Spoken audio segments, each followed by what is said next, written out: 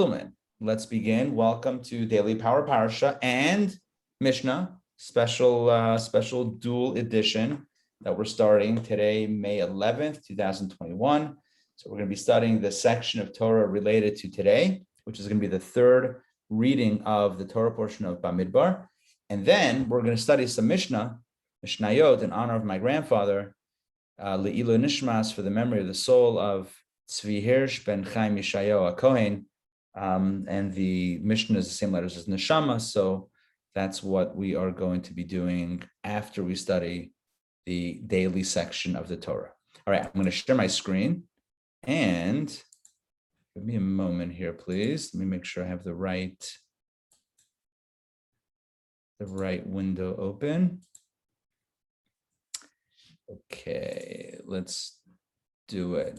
Can you guys see the Torah reading? It's coming up? Okay, good. It's really hard for me sometimes to tell what is being shown and what's not, but I'm glad that it's good. Okay, so again, Torah reading for Bamidbar, that's this week's Torah portion, reading number 3, because today is Tuesday, Sunday, Monday, Tuesday. Tuesday is the third day, third reading.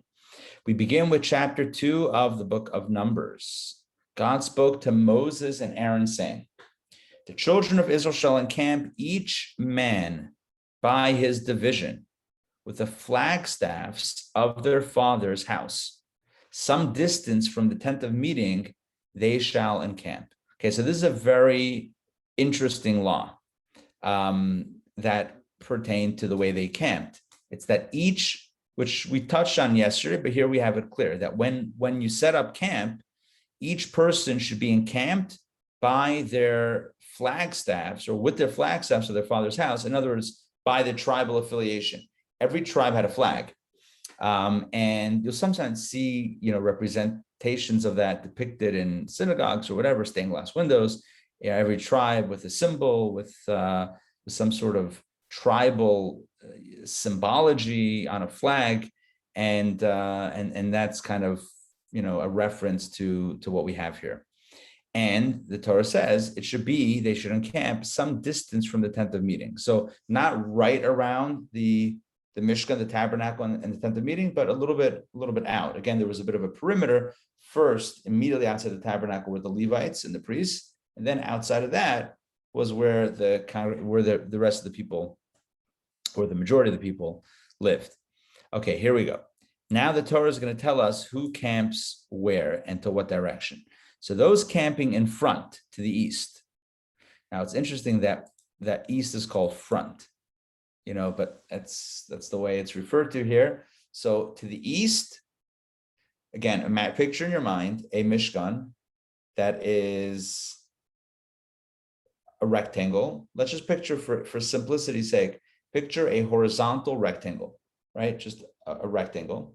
And to the east, which is going to be to the right of your mental image, right? To the east, the front, the right, are 3 tribes. Okay, and what are these tribes? So here we go. So to the east were the legions under the division of the camp of Judah. Now it's interesting because when we counted the people, we started from Reuben, which is the firstborn. But when we talk about the encamping, we start with Judah, who was the leader, the kingly tribe of the Jewish people. So Judah is to the east. The prince of the children of Judah was Nachshon, the son of Aminadab. We spoke about him yesterday as well in the context of the census. One tribal leader helped with the census, and Nachshon was Judah's leader. His legion numbered 74,600. Camping next to him, again, on the eastern side, there's going to be 3 tribes per direction. So camping next to him is the tribe of Issachar. The prince of the children of Issachar was Nathanael, the son of Zuar. His legion numbered 54,400. These are the same numbers that we discussed yesterday in the census. It's just repeating it in the context of the encamping.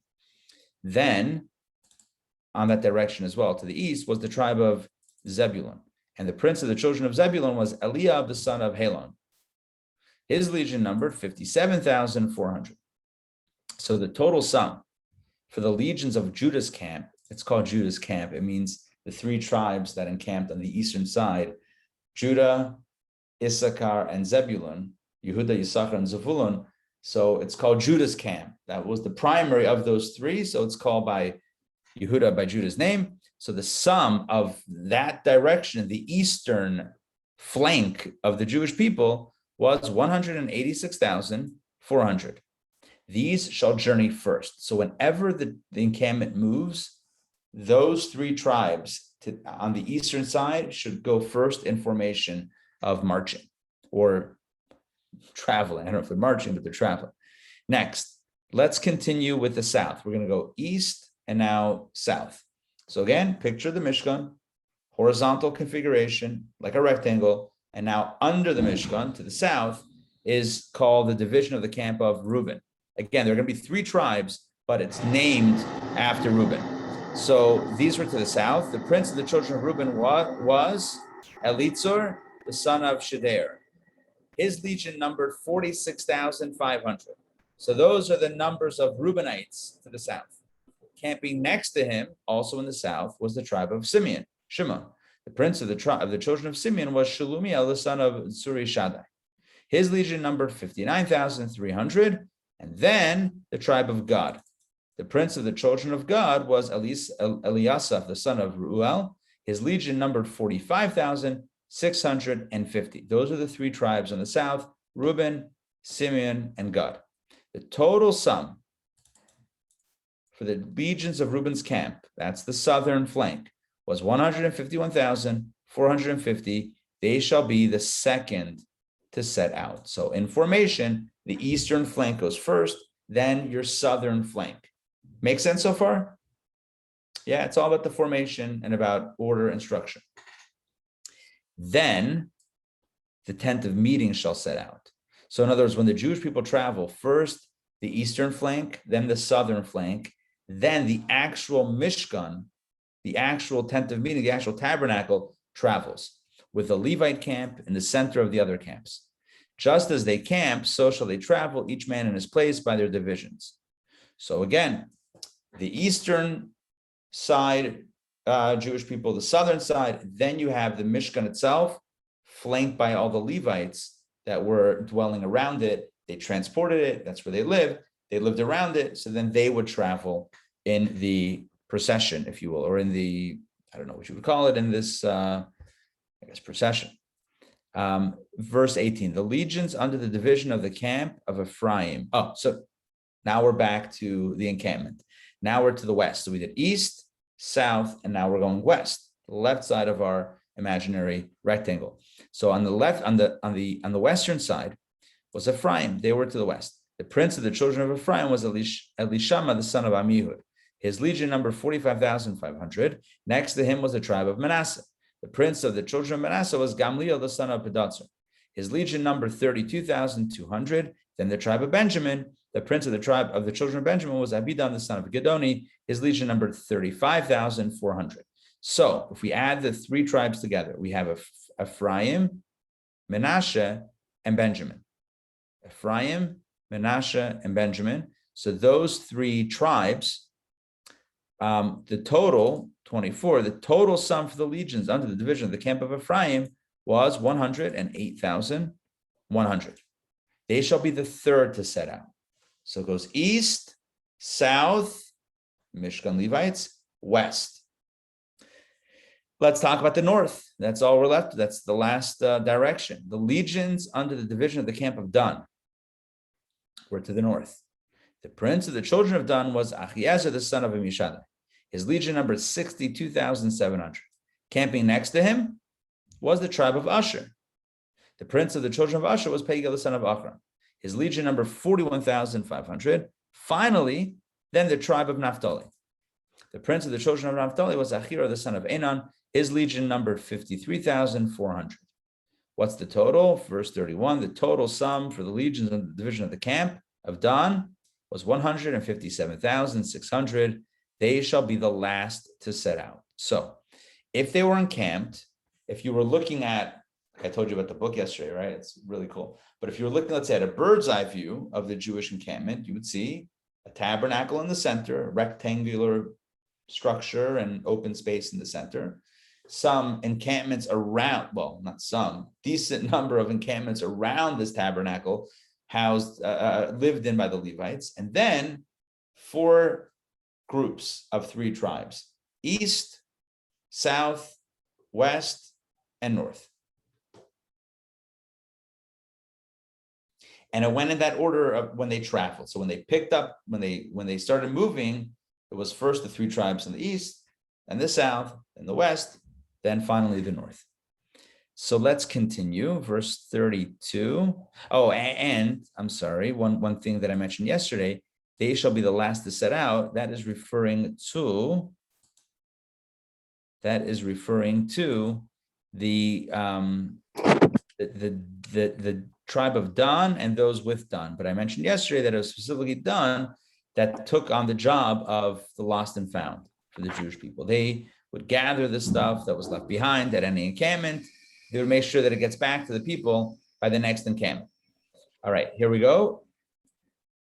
Verse 32. These are the numbers of the Israelites according to their fathers' houses, the total number of legions of the camps. In other words, if you counted up all of the 4 directions and all the people that were there, at least military age, was 603,550. However, once again, the Levites were not counted with the rest of the Israelites as the Lord commanded Moses. The Israelites did all that the Lord had commanded Moses. They encamped by their divisions, and so did they journey, each man with his family, according to his father's house. So when they encamped by their tribes and their areas, and when they journeyed, when they traveled, they likewise did that. They traveled with their group, with their tribal affiliation in their specific divisions. All right, so that's a discussion of how they lived and how they kind of set up camp. I want to see if I can find. There is an interesting Rashi. Let's see if we can find it here. I don't think it's here, but I'm going to mention it anyway. Okay, it's a little bit easy. It would be a little bit easier if we had like a picture with the names of the tribes and all that stuff. But here's what I want to tell you, and that is that you have this beautiful teaching in Judaism that essentially talks about the power of influence and how who we hang out with has a tremendous impact on who we are. And vice versa. The people that hang out with us are influenced by us. But the idea of influence is a very powerful theme in Yiddishkeit and Judaism. And there's a really powerful teaching. I think that it comes from the Talmud or the Medrash, and Rashi cites it a little bit elsewhere, maybe even in this week's Torah portion, maybe in tomorrow's reading, where it talks about those that encamped in the south, right? Reuben in the south. And it says that in the south, the Levite families in the south included Korach. Do you guys remember who Korach was? Korach was the guy who tried to revolt, try to stir up trouble against Moses and Aaron. And who did he have with him? He had a bunch of people from the tribe of Reuben. And our sages tell us that how did he get them specifically? Because they were neighbors. Now remember, Korach was a Levite, but in the Levite configuration, he was to the south of the tabernacle of the Mishkan. And who else was further south? Which of the Jewish people was further south? Reuben. Our sages tell us, Oy l'Rasha, Oy l'Shchenai. Woe, like W-O-E. Unfortunate it is for the wicked, and unfortunate it is to be the neighbor of the wicked. So Korach, who was all about, power plays and whatnot, Korach, all about causing trouble. So he lived to the south. And that's where also Reuben, the tribe of Reuben was, and that hence the influence. So this is a reminder, the power of influence and the power of being careful about the influences that we set ourselves up for or set ourselves up with. We have to be very careful to make sure that the influences, the environment that we put ourselves in is a holy environment, is an appropriate environment, and not in any way putting ourselves in danger or at risk. We say in our prayers, we ask that Hashem not give us a test. Every morning in our prayers, we say, God, please don't test me today. It's not that God always listens to us, but that's at least our request. because we ask that we have open and clear blessings and no hardship and no challenge. Let alone, we shouldn't put ourselves in the crosshairs directly. In other words, we ask that God not put us at risk and test us. We shouldn't put ourselves at risk and test ourselves. And what I'm saying about with this is that we should try to avoid negative influences and negative temptations. If we know that something is negative, let's not be that neighbor, the neighbor of that. I don't mean specifically people even. I'm just saying a thing, a context, whatever it is. I want to keep it open-ended so everyone can apply it on their own. If you know that this is your vice, well, then stay away from it, because it's not, don't be the neighbor, so to speak. Don't fraternize with the enemy, right? With that negative vice. On the other hand, there is a place to be a positive influence, because just as it says that it's no good to be the neighbor of the wicked, it also says it's good to be the neighbor of the righteous. So if we can be the righteous neighbor that influences our neighbors, that's the ideal. So 2 lessons. Number 1, we don't put ourselves in harm's way. Number 2, be that positive influence about which we say, Tov l'tzadik v'tov l'shcheno. It's good to be righteous, and it's good to be the neighbor of the righteous. Let that be said about your neighbors, because they're in proximity with you.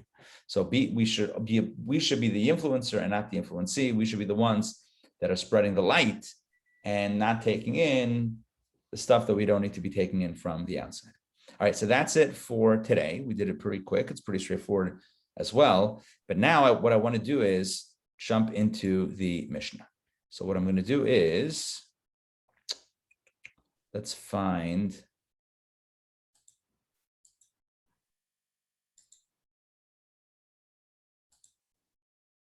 the browser. Here we go. And now we're going to turn to a different tab. I hope you all can see that. What did I just do? Okay. Mishnah Brachot. So we're now learning Mishnayot, in honor of my grandfather and his neshama, his soul, Tzvi Hersh ben Chaim Yeshayahu HaKohen. And we're going to start with the very first Mishnah of the very first tractate of Mishnayot. Mishnah Brachot. Brachot deals with prayers and blessings, a very core part of Jewish life and practice. So here we go. Let's read. There's some commentary here, but that can help us also along as we go through it. So I'm just going to read, and you can follow along. The beginning of Tractate Brachot, the first tractate in the first of the 6 orders of the Mishnah, opens with the discussion of the recitation of Shema, as the recitation of Shema encompasses an acceptance of the yoke of heaven and of the mitzvot, and as such forms the basis for all subsequent teachings. In other words, we start with the Shema because the Shema is a declaration of God's sovereignty, of monotheism, of our belief in God, and thus it's the source of essentially all of Judaism. So the very first Mishnah, or the very first teachings of the Mishnah are about the recitation of the Shema prayer. So the Mishnah opens with the laws regarding the appropriate time to recite Shema. So as you'll see here, the opening is not what should you meditate on when you say the Shema, what should you be thinking about, and how should you say it? No. The first question is when. What's the setting? When do you actually say Shema? Now, I want to give you a little bit of background information. The Torah tells us in Deuteronomy to recite the Shema in the morning and in the evening. So the question is, so in the evening, let's start, because the night comes first in Jewish law, in the Jewish day, it's first evening and then morning. So when at night do we recite the Shema? At what time? What's considered night? What's considered perhaps too late? Is it sunset? Is it not sunset? Is it till midnight? Is it after midnight? When's the window for the nighttime Shema? So let's begin. From when, that is from what time, does one recite Shema in the evening? And the Mishnah answers, from the time when the priests enter to partake of their truma. Now, when is that? So if we look at some commentary. Here we go. We see on the side here, from the time that the priests enter their house in order to eat the truma. So it says the priests would immerse at dusk so that after the sun had set and the stars came out, they could go into their homes and eat truma. Truma is basically the donation of foods that was given to the Kohanim, to the priest. Good. So this is the opinion of Rabbi Eliezer. So Rabbi Eliezer determines that until the sun is set, the Shema cannot be recited. So that's basically what this means. From the time when the priests enter to partake of their truma means from the time they get home, which means after the sun has set, after sunset, and the stars have come out. Now that's the first part of the mission. That's the first opening statement of the mission. Now the question is until when does the time for the recitation of the evening Shema extend? So you can start it, it's valid, you do the mitzvah from when sun sets and the stars come out. And how long do you have? If you don't do it that moment, till when can you do it? Or when is it too late to do it? So the Mishnah answers until the end of the first watch. What does that mean? So again, back in the commentary on the right, I hope you can see the commentary on the right. It says the night is divided into 3 watches, 3 shifts, we might call it today. Rabbi Eliezer holds that once the first watch is passed, which would be about 10 p.m., if the day and night are both 12 hours, then one can no longer recite the Shema. It seems that he interprets when you lie down to mean that the Shema was recited at a time when most people go to sleep. That is between the time the stars come out and the end of the first watch. So again, if you divide the 12 hours of the night into 3 shifts, that means 4 hours each. So we're just using round numbers here. Let's say sun sets at 6 p.m. You have from 6 to 10 p.m. to recite Shema. Does that make sense? Isn't that different for men than for women? No, this would be the same mitzvah all around. Really? Yeah. Okay. Well, but one second. This is only the first opinion. Oh. This is not the halacha yet. This is only one opinion. As we'll see, this is the opinion of Rabbi Eliezer. But we have other. Don't worry, we have more opinions here. So, let's go back inside the Mishnah. It says the term used in the Torah to indicate the time for the recitation of the evening Shema is b'shachbacha, when you lie down, which refers to the time when individuals go to sleep, typically. Therefore, the time for the recitation of Shema is the first portion of the night when individuals typically prepare for sleep. This is the statement of Rabbi Eliezer. So Rabbi Eliezer believes that when the Torah says to recite Shema at night, when you lie down, it means the time that people typically from nightfall until people, get ready for bed or go to bed, that first part of the night, not like while people are normally sleeping, the first part of the night, the first third of the night is the valid time for the Shema. However, the rabbis say, we're back inside. I hope you can see that, the mouse. The rabbis say, that means the majority of the rabbis, the time for the recitation of the evening Shema is until midnight. Not till 12, not till 10 in this example, but until 12, half the night. So instead of 4 hours into the night, a full 6 hours of the night, half the night, you can recite the Shema. Does that make sense? So if sunset was at 6, you have another 6 hours, till midnight. That's what the rabbis say. Rabbi Gamliel says, the third opinion says, no, even longer. One may recite Shema until dawn.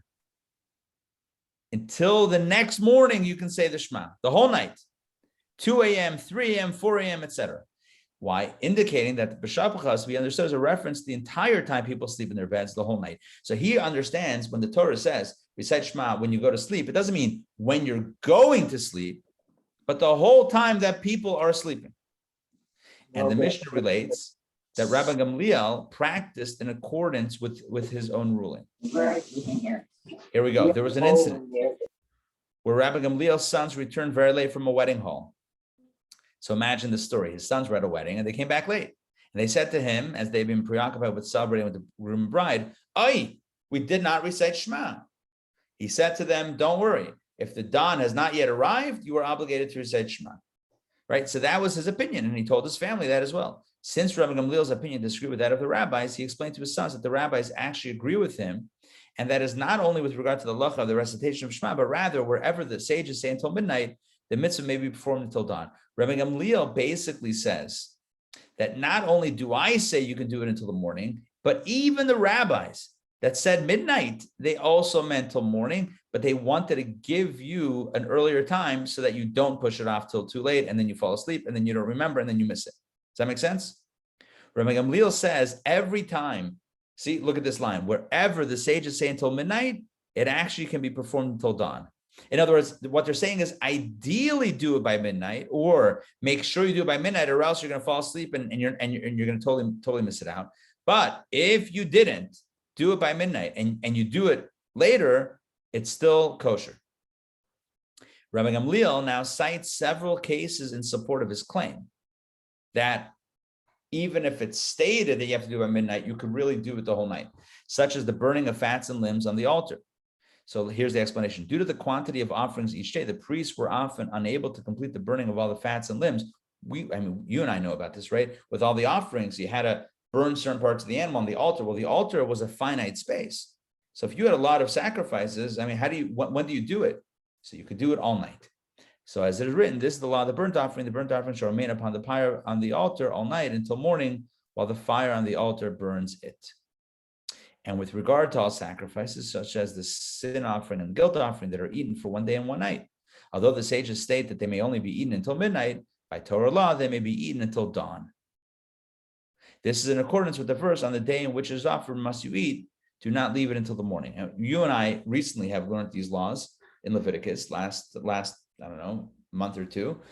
And the bottom line here is that even when the law seems to say that you have to eat it that day or until midnight, you really have until the next morning.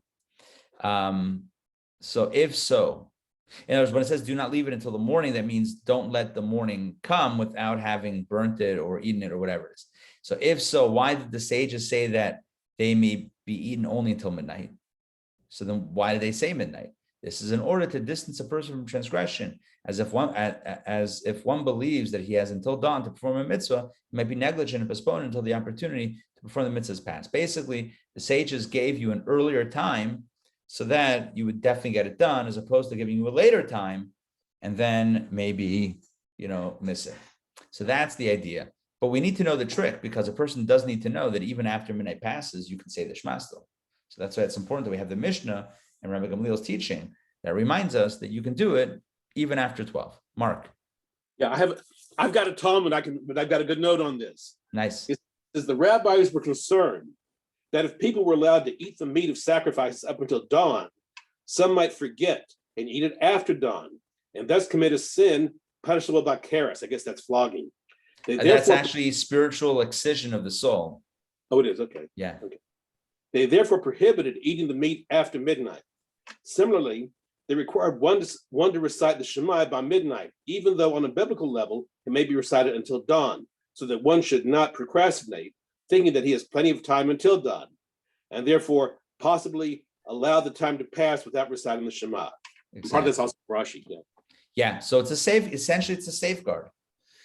That's what it is. It's safeguarding us from, being, from missing it. Okay, let's do Mishnah number 2. All right, from when does one recite Shema in the morning? Okay, so that's the evening. So now we have our window in the evening. So from nightfall, from sunset when stars come out, until either 4 hours or 6 hours or all 12 hours of the night, depending on who you ask and how you read into it. All right, well, let's do number 2. Let's talk about the second topic, which is, okay, when does the morning Shema kick in? So in other words, the mitzvah is to recite Shema in the morning. When does morning begin? What's the rule of thumb for morning? How do you define morning? So the Mishnah answers, from when a person can distinguish between sky blue, tchelet, and white. In other words, there has to be enough light in the world to be able to distinguish between sky blue and white. If you had, I don't know, let's say gemstones that were sky blue, light blue, and some that were white, sometimes it's hard to tell the difference, right? Especially if it's, early morning and everything looks kind of blue. So then your white looks blue and your blue doesn't, who knows what's what. So it has to be bright enough in the sky or in the world where you are to distinguish between those two colors, then Shema kicks in. In other words, that's a sign that it's morning.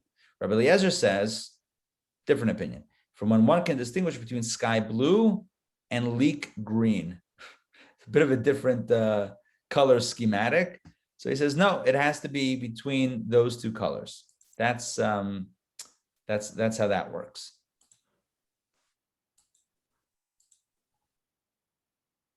Okay, and then let's see 1 second. So there's an interesting commentary here. The first opinion holds that one must be able to distinguish between blue and white, the two colors in one's tzitzit. Remember, the original tzitzit had blue, one strand of blue. So you have to be able to differentiate between those two colors. Rabbi Eliezer holds that one must be able to distinguish between blue and green. Green is close to the color of tzitzit. So Rabbi Eliezer is saying that one must be able to tell that the tzitzit are blue and not green. This will require more light than distinguishing between blue and white. So he says you have to wait a little bit longer till the sky is a little bit brighter to not only distinguish between blue and white, but between blue and green, which is a little bit more subtle. So you need a little bit more light. You got to wait a little bit longer, a few more minutes until the sun creeps up a little bit more, giving you a little bit more perception, visibility to distinguish between more subtle colors. Let's continue. So that's when you start the Shema. That's when the mitzvah of Shema recitation kicks in. And when's the cutoff for the morning? In other words, you're supposed to recite Shema in the morning. All right, 11 o'clock, 11:30, 11:45. Are we still go with Shema? Let's look what the mission says. And one must finish reciting Shema. In other words, the cutoff for the morning is until the end of the period when you rise, i.e. sunrise, when the sun begins to shine. That's one opinion. Rabbi Yeshua says that's pretty early. So it starts from when daybreak happens pretty much until the period of sunrise. Rabbi Yeshua says he gives us a little bit more time. One may recite the morning Shema until 3 hours of the day, which is still considered when you rise, which is the verse from the Torah, as that is the habit of kings to rise from their sleep at 3 hours of the day. In other words, the people in the field need to wake up by daybreak. You got to maximize your sunlight hours. But if you're a king, you're in the palace, yeah, you can sleep in. Yeah, you can wake up 9 o'clock a.m. No big deal, right? What's the problem? You're a king, right?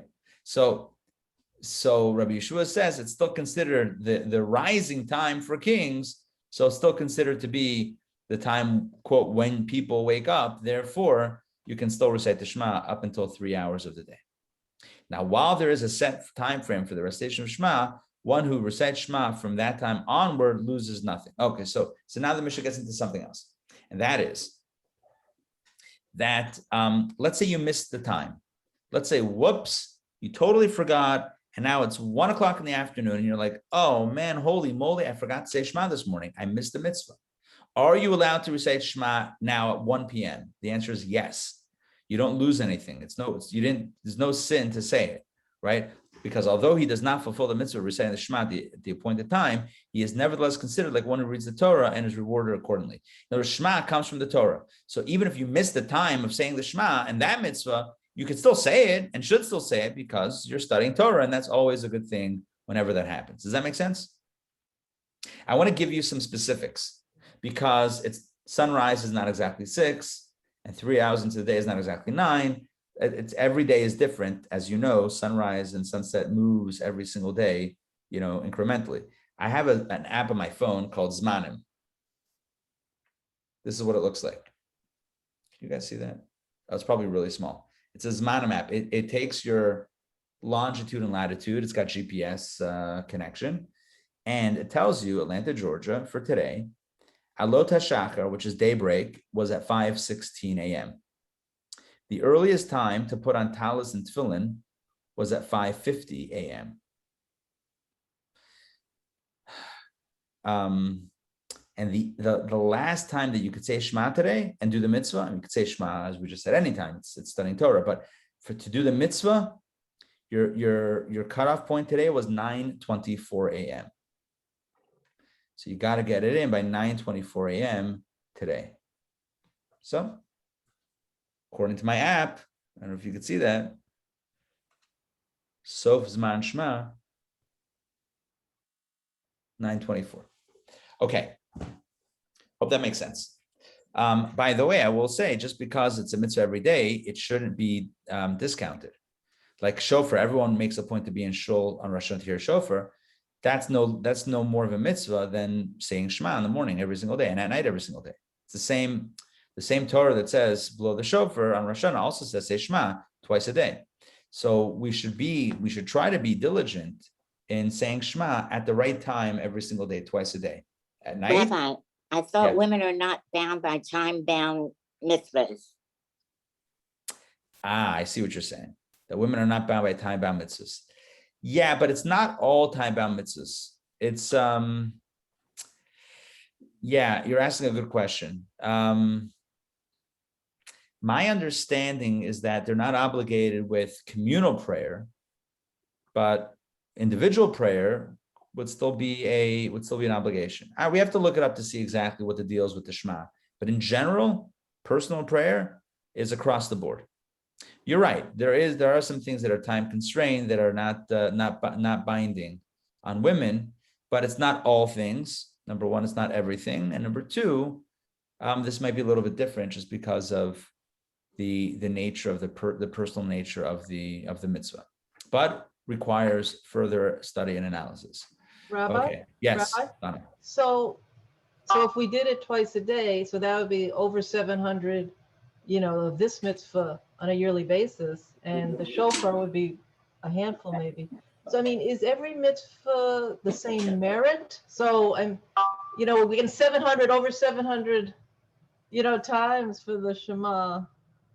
And a few times. It's a good question. It says in Pirkei Avot, another Mishnah, it says that we don't have the ability, just because of lack of awareness, to be able to rank a mitzvah. Like this one is greater, this one is less than, this one is more important, this one is less important.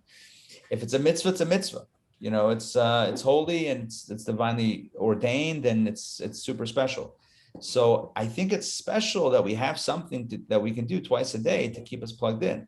Shofar is unique. It's once a year, 2 days, Rosh Hashanah, whatever, twice a year in the diaspora. But it's twice. It's Rosh Hashanah, 2 days everywhere. But anyway, the point is that it's no less of a mitzvah because of the frequency. Is it more of a mitzvah? I don't know. It's hard to say. It's hard to rank. Okay, let's move on to 3. But this is really the most significant prayer, right? The Shema for us? The most significant prayer that comes from biblical sources. The Amidah is also a very significant prayer. It's where we actually ask for what we need, which is also a biblical mitzvah. But the part of the prayer which quotes scripture in the most powerful way as a declaration of what we believe in, foundation of Judaism, would be the Shema. I mean, that would be right up there as far as central prayers.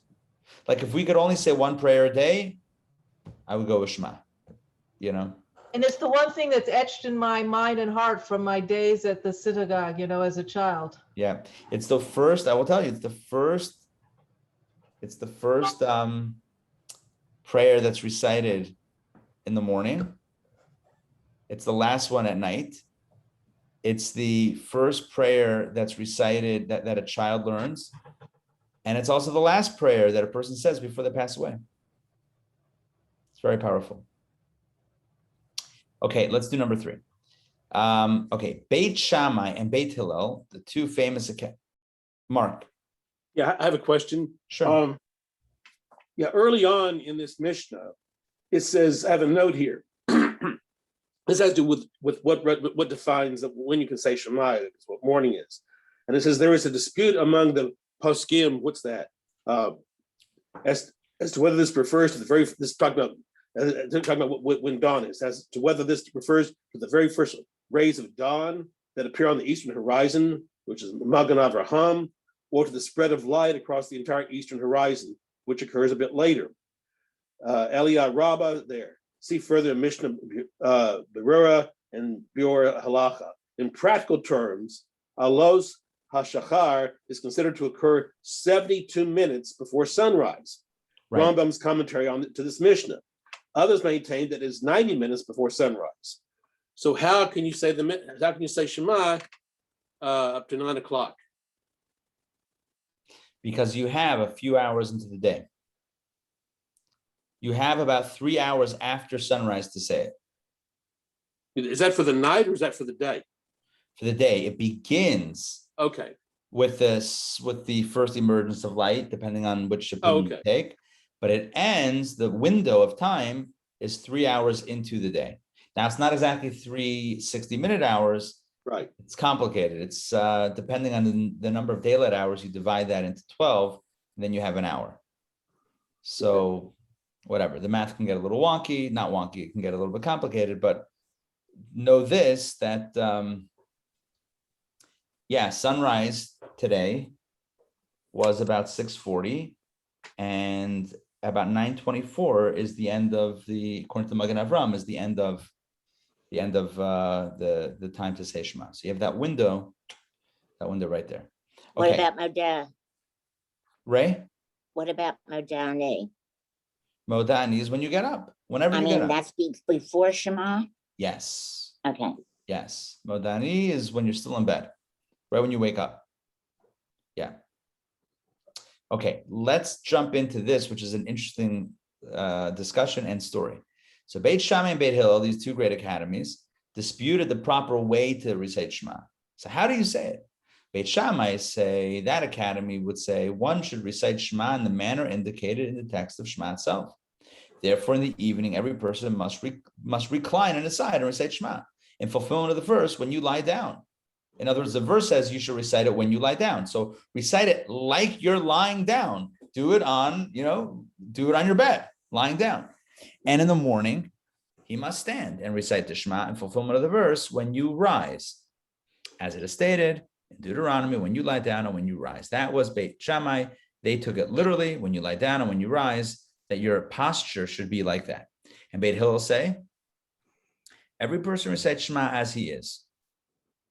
And he may do so in whatever position is most comfortable for him, both day and night.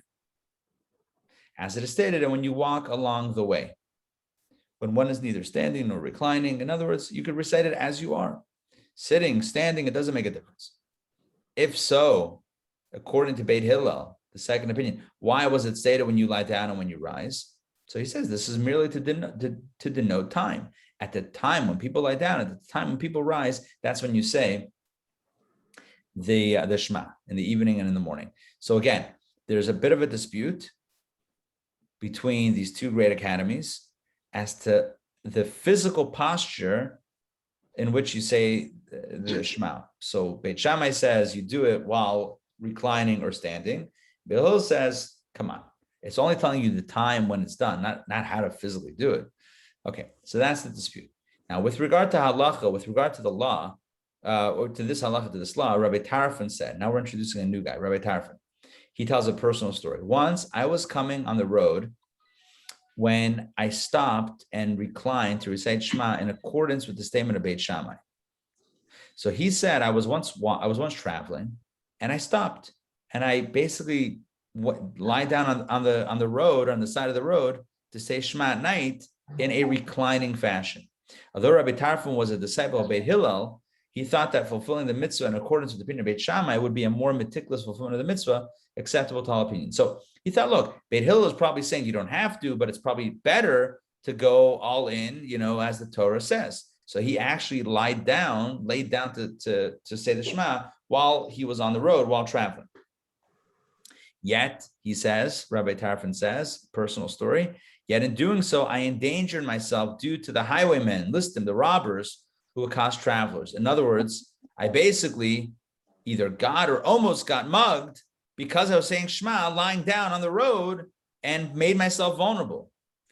Later on, the sages said to him, you deserve to be in a position where you're liable to pay with your life. In other words, it was coming to you as you transgressed the statement of Beit Hillel. In other words, Beit Hillel said, you don't need to do it, then don't do it. This statement will be explained in the Gemara. Okay, we're not going to do the Gemara, but the Talmud explains it. But the bottom line is that Beit Hillel says you don't need to lie down. You don't need to be standing up at night and in the morning when you say Shema. To do so would actually not be ideal. We always rule. Typically we rule like Beit Hillel, not like Beit Shammai. Therefore, don't say it specifically while you're lying down or standing up. Just say it as you are, and you will fulfill the mitzvah. Okay. Let's do this. Let's do number 4. How many missions are here? 4, 5. Oh, okay, good. We got 2 more. We'll go through these quickly. Okay, number 4. From the laws of the recitation of Shema itself, the Mishnah proceeds to discuss the blessings recited in conjunction with the Shema. So in the prayer liturgy, you don't just say the Shema, there's a build-up and a follow-up. So you say some blessings beforehand and some blessings afterwards. So here the Mishnah is establishing or writing out the order that we still follow today. Here the order is established. Okay, in the morning when we're reciting Shema, one recites 2 blessings beforehand. The first blessing is for the radiant lights, the sun, the moon, stars, etc. And the second is the blessing on the love of Torah, the fact that God gave us Torah with love, etc. So those are the 2 blessings, prayers that we recite before the Shema in the morning. And there's one thereafter. After the Shema, there's one blessing which begins with true and firm, emet v'yatziv, which is basically an affirmation of everything. It's a blessing of affirmation of everything that we said in the Shema. So so it's a sandwich. You have 2 blessings, the Shema, and then a follow-up blessing. And then, by the way, you go into the Amidah. But the Shema itself is sandwiched in between 3 blessings, 2 before and 1 after. And what about the evening? And in the evening, one recites 2 blessings beforehand, again on the radiant lights and on the love of God. And 2 thereafter, not 1 after, but 2 after in the evening service, which is the blessing of redemption, true and faithful, and the blessing help us lie down. So there's 2 blessings. One is about emet ve'emunah or ve'emunah kozot, which is about faithfulness to God, and the blessing hashkivenu, help us lie down in peace, etc. With regard to the blessing true and faithful, whether one recites it in its long formula, or whether one recites it in its short formula, he fulfills his obligation, Tosfot. In other words, some of the prayers have a longer or shorter version. Today, we typically just have one version, but back in the day, they had maybe a little bit of different versions. The point is, however you say it is fine. However, the general principle is, where the sage is said to recite a long blessing, one may not shorten it. And so too, whenever they said to recite a short blessing, one may not lengthen it. Where the sage has said that a blessing must conclude with the second blessing at the end, he may not fail to conclude with that blessing. Similarly, if their sages said that a blessing must not conclude with the second blessing, one may not conclude with the blessing. Basically, sometimes there's a blessing that or a prayer that begins with Baruch Atah Hashem, blessed are you, God, and then it concludes, and then there's more stuff, and then it concludes again with Baruch Atah Hashem, blessed are you, Lord our God. So it's kind of like 2 blessings in one thought. So sometimes it does have, sometimes it doesn't have. The point is, the Mishnah is telling us, pay attention to the liturgy and don't deviate from the liturgy, because that's where the magic sauce lies. Okay, here we go. Final Mishnah of chapter 1, and we will have concluded the first chapter, first of 9. So, and by the way, we mentioned this at the Seder in the Haggadah. Here we go. It is a mitzvah by Torah law to mention the Exodus from Egypt at night. But some held that this mitzvah was like phylacteries or ritual fringes, fulfilled only during the day and not at night. Okay. In other words, there were some opinions that said, no, you don't mention the Exodus. Let me explain. There are 3. The Shema is comprised of 3 paragraphs. The Shema and V'ahavta, then the V'hayim Shemoah, and then Vayomer Hashem al Moshe. So the 3 paragraphs. The first 2 talk about the Shema and Tefillin and Mezuzah. The last one talks about the Exodus. So the question is, that last paragraph in the Shema about the Exodus, do we throw it in at night also or not? So some said you don't, but the halacha is that you do, and here the Mishnah details this.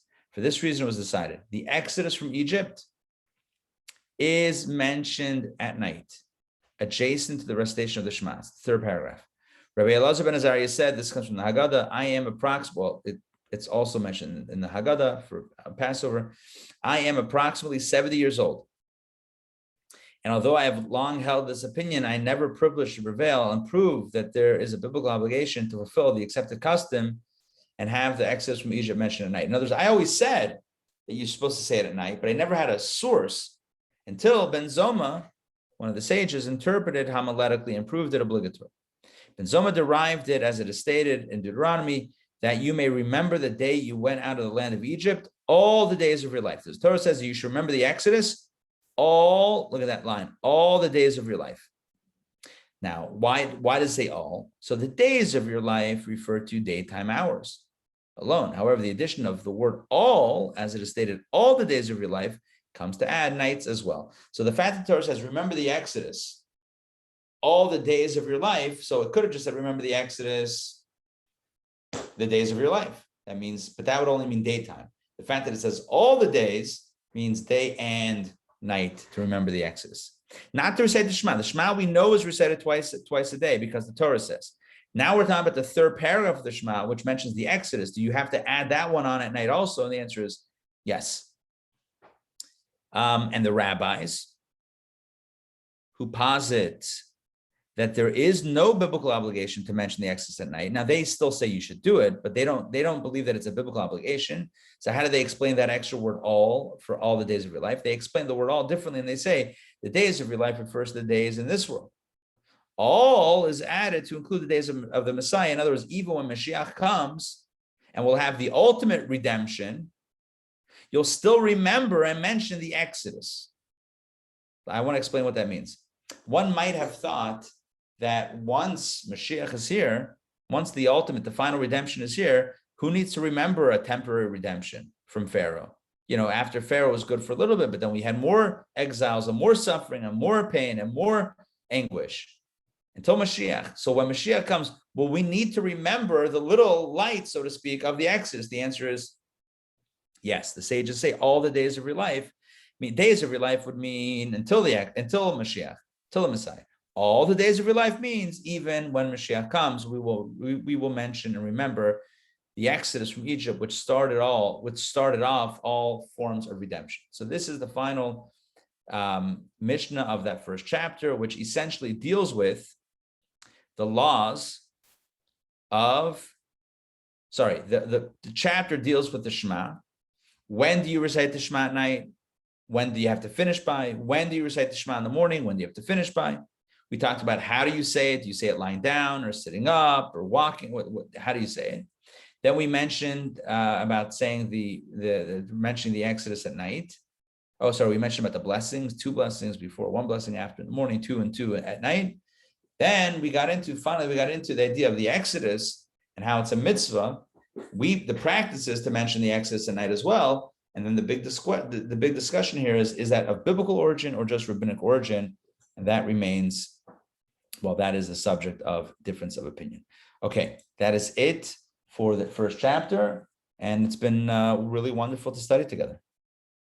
I hope you enjoyed it. All right. Thank you, Mark, I saw your email right before the class. Really beautiful. Oh, sure. Yeah, Our pleasure. really beautiful. I'm gonna email you back soon. Okay. Thank you. Ashkoach. All right, pleasure. Thank All right, Ray and Donna and Mark, great to see you guys. Take care. Tonight, don't forget, tonight is JLI Zoom, and Thursday is JLI in person. Join us for one or both. Are we doing in person? Sorry? Are we doing in person tomorrow? No, it's supposed to rain. Okay. I saw before 75% chance of rain, so I can't. We can't set up if it's raining, and it just becomes a bit of a mess. So we'll aim to be online tomorrow. Okay, that's the plan. All right, everybody. See you guys soon. Take care. Have a wonderful day. See you a little later. For those that we'll see. Okay, take care.